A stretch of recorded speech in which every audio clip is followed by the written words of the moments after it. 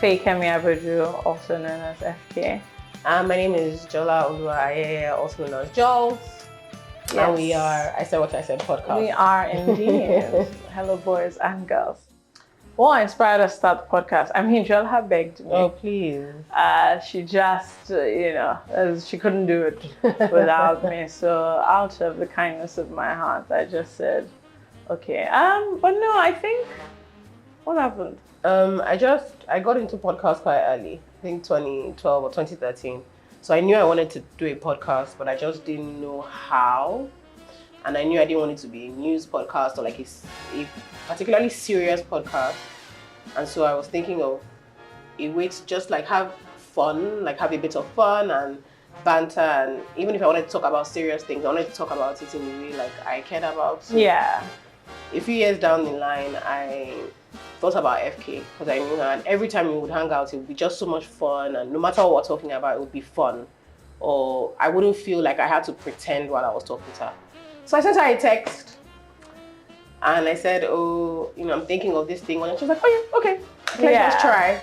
And so it was that I wanted to have fun with my friend in a way that I could share, really, and talk about anything, but in the way we do it. So that was why we decided to start the podcast. Yeah, I think also, we talk a lot. That's just the truth of the matter. We talk a lot. And I remember on Twitter, I would say something, you say something. Everybody's always like, you guys, no. And so now we found a way to be talking a lot for a living. Exactly. Wonderful times, really. I think if we didn't have this dynamic, there would be no podcast. Because it's really very much, like I said, it's two of us talking to each other. It's actually not about, how a lot of people ask us, so what is like the preparation for the shows? I'm like, okay, so me and Jola get there that we'll discuss things. Mm-hmm. And this is just the way we discuss things in life in general. So I think if we didn't have, the dynamic of the podcast is the dynamic of our friendship. Yeah. I think if there's nothing else really. That's really it. Like it's the way we like agree or disagree and why and how. And that's what I think that's what people keep saying stuff like, I don't know why I like the podcast so much. It's because it's two friends talking.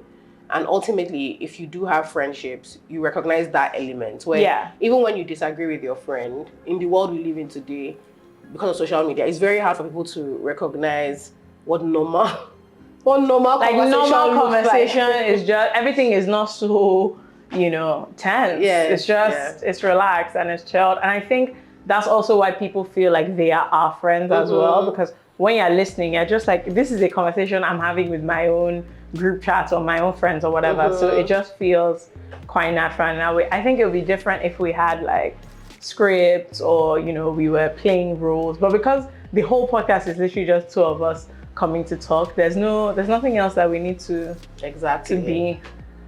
Yeah.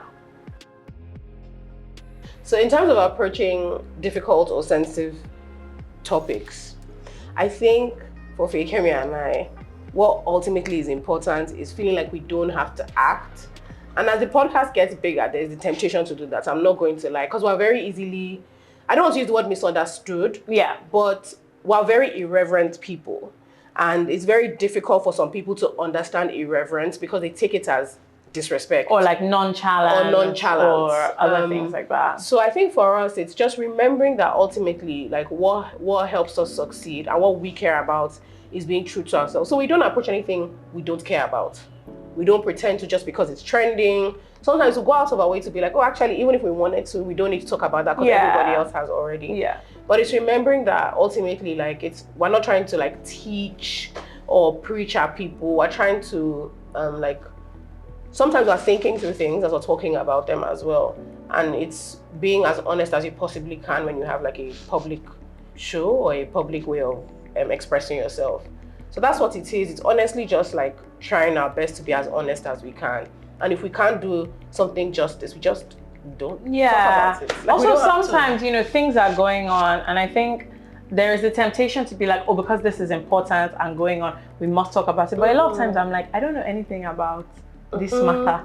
Like, if I start talking about it, then I'm going to start saying things that I also don't even understand. And also because the podcast is so natural, we don't go in there with, these are the topics we're going to talk about. So if genuinely is not on my mind or it's not Jola's mind, it doesn't come up. And so there's no list of topics that we're talking about. And I think that is just the way things are. It's also not a, necessarily a pop culture or a news or a politics or a topical thing. A lot of things come up by nature of maybe somebody has sent in a dilemma that speaks to a topic, or one of us is just very bothered or very interested in something else in that way, but it kind of just flows naturally, and anything we are saying about it is what we genuinely believe or think. There is no, I think what I like is that I don't feel any need to have a say on X or Y just because we have the podcast. We're there to kind of talk about what we like, and that removes a lot of pressure, I think. Has it changed my perspective on certain issues? Not really.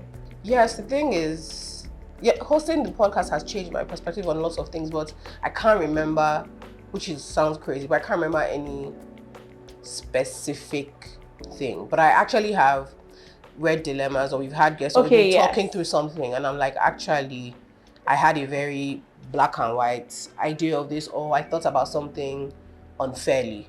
So I'm very strident in my views. I believe things strongly. But I've realized now that I'm more prone to being a bit gentler in my approach, because sometimes, generally with the podcast, particularly with dilemmas, what I found is when I feel strongly about something, I've not thought a lot about people who think differently from me and how they might have received said thing. So a big thing now, I think, is with disagreements. So because my personality is prone to, I'm much more easygoing, I generally I tend to be quite aggy about people who talk things out. But what I'm finding is that in the real world, where people don't really understand or know you, sometimes you have to be a lot more strident in your approach. So I think there's small things here and there that I've changed my mind on, but I actually can't remember one big thing, but I know for sure. Yeah. Oh, also, it can never be me. I want to say, that would never be me. Let me tell you, the podcast gives me a sense of not joy, but like sometimes I'm having a bad day and then people say some things and my day is not that bad. And I think, because I said not really at first, but I've changed my mind, you see?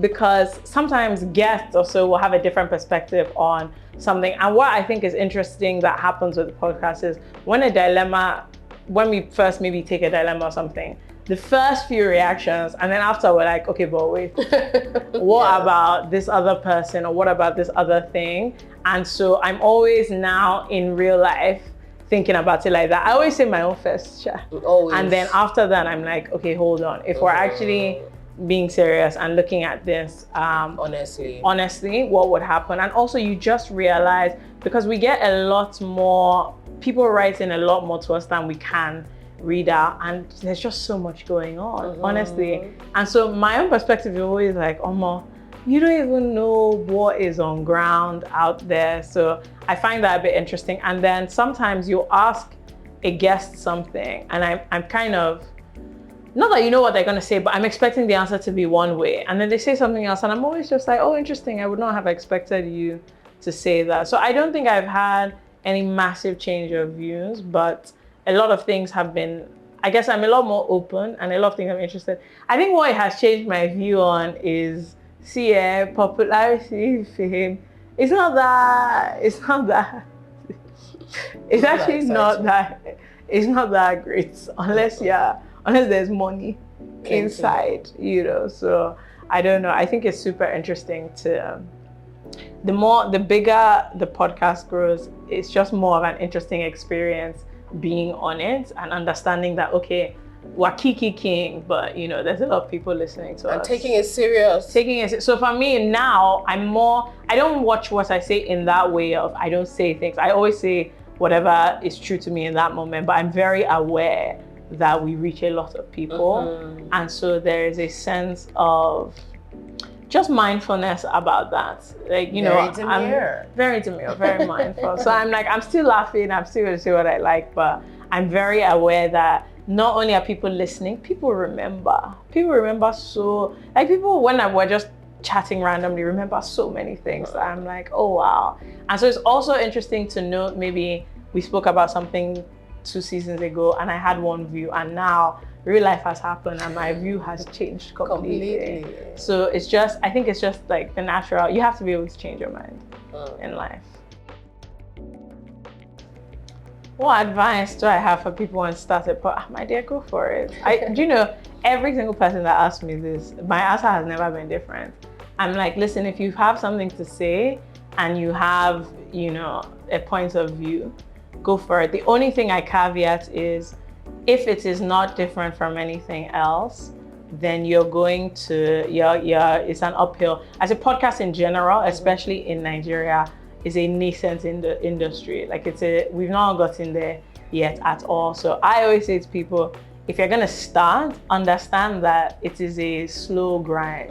This is our 7th year, and this is the year that it's just now that it feels like, oh, people know us, this and that. But yeah, it's a slow grind. The first 3-4 years, nothing. There was nothing happening. We were just talking. And then the other thing is about consistency. If you're gonna do it and you say you're gonna do it every week, every 2 weeks or whatever, that's just what you have to do, because it is a compounding. Because what you find is people will start listening to podcasts now and then go back and start again and come all the way. If we didn't have the backlog, then there'll be nothing. So I think if you have a point of view, you should start. So there's nothing. I listen to several different types of podcasts, but I also think that whenever I try a podcast that sounds too much like something else, that's the only time that I don't continue. So I think if you're gonna start, try and find a point of view, and that's fine. What is single best thing that happened this year? Single best is tough. I don't know that there was like one best moment of the year, but I think that what I have really enjoyed this year is probably like deepening friendship. Yeah, I've enjoyed my friends this year is the thing that I would say I have liked so far, because the economy is not doing anything for all of us, so we have to choose something else. Yeah, I think so. Best books I read this year, pretty tough. I've read some really good books this year. I enjoyed The Parlor Wife by Folusha Agbaje. That was great. I read there's a book called School of Good Mothers, and it's it's a dystopian book. It's a world where mothers are overly policed. I've read quite a number of books, but everything is just flying out of my head now. But those two were really, really nice. I enjoyed those. 3 words to describe this year. Interesting. Unprecedented is the second word I say. And what is the third word? Let me go for something, you know, uplifting. I would say it has also been revealing. Yes, I like that. An unexpected joy that happened this year. Oh, my friends threw me a surprise birthday party, and it's a random age. I turned 32, so it wasn't. Yeah, it was really, really sweet. It was very happy. It was a very, very generally happy feeling. So yeah, that was an unexpected joy. I can confirm we had a great time. Biggest thing I learned this past year is to not go against my gut. You lose every time when you do that. Every single time. Like every single time I've had a gut instinct, not even just bad or even good or bad, but just, you know, sometimes you just have an instinct and you're like, where's this one coming from? Good or bad? Every time I haven't followed it, I have regretted it. So for me now, even if I'm wrong, I think I'd rather be wrong with the gut instincts than not. The biggest thing I learned this year is to follow data. I'm very big on just believe, just try. And I will try and I will believe, but I do think following precedent is good. Not with everything, but just I've learned that, and not even in a bad way, also in a good way. So because I now run another business, I'm learning to like look at what numbers are saying. Because in the creative business, I'm just like, I just have a sense, I just have a feeling. And sometimes that's fantastic, but I'm learning to like see when numbers are shifting and make decisions like that. Yes, it's the biggest lesson I've learned.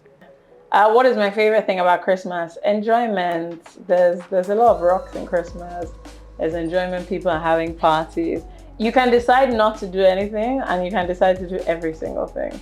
That is, like, people are very festive in Christmas, and I really enjoy that. So that's my favorite thing. My favorite thing about Christmas is how relaxed people are. I remember when I was a kid, I just felt like that was the relaxed my parents are going to be in the whole year. Like, they were just very relaxed, genuinely. You know, not weekends are like pretend relaxed. Yeah. Because you still have to do homework. Yeah. Your parents might still shout at you. Nobody shouts at anybody at Christmas. No, Christmas is like your sole job is to have a great time. Yeah. You know, eat as much as you like. There's a lot of drinking involved. Yeah. It's a great time. Now that I'm an adult, I like seeing how children react to Christmas. It's very pure. Yeah. Like, they are very, very excited. They are very happy. They have no concerns at all. So I really enjoy watching like my friends' kids. Yeah. Yeah, and now we're like hosting more for Christmas, which I'm finding quite fun as well. I quite enjoy having people come in and out. I don't know, it's a great time, honestly. And if you give me presents, what a lovely time. I find as girls that they're not doing that anymore, not at all. Which is somehow, but you know. Other than that, yes, my favorite thing about Christmas is just there's a lot of enjoyment, there's a lot of food, there's a lot of drinks. It's a great time, honestly. There's no work. What's fashion to you, Jola?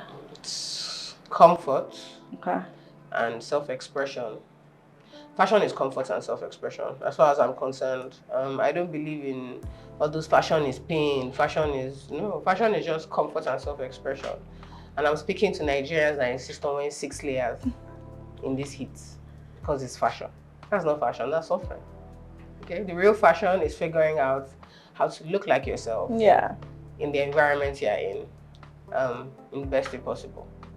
So anything else is a schedule, as far as I'm concerned. But yeah, fashion is just comfort and self-expression. I agree with that. I think it's like feeling how you want to feel, and your clothes kind of expressing yourself rather than just being what you wear. And it's quite fun. I think it should be quite fun. And more, I'm like, I don't think you need to kind of follow any particular rule or whatever. Just this is your own fashion, and good luck to you as you're doing it. Yeah.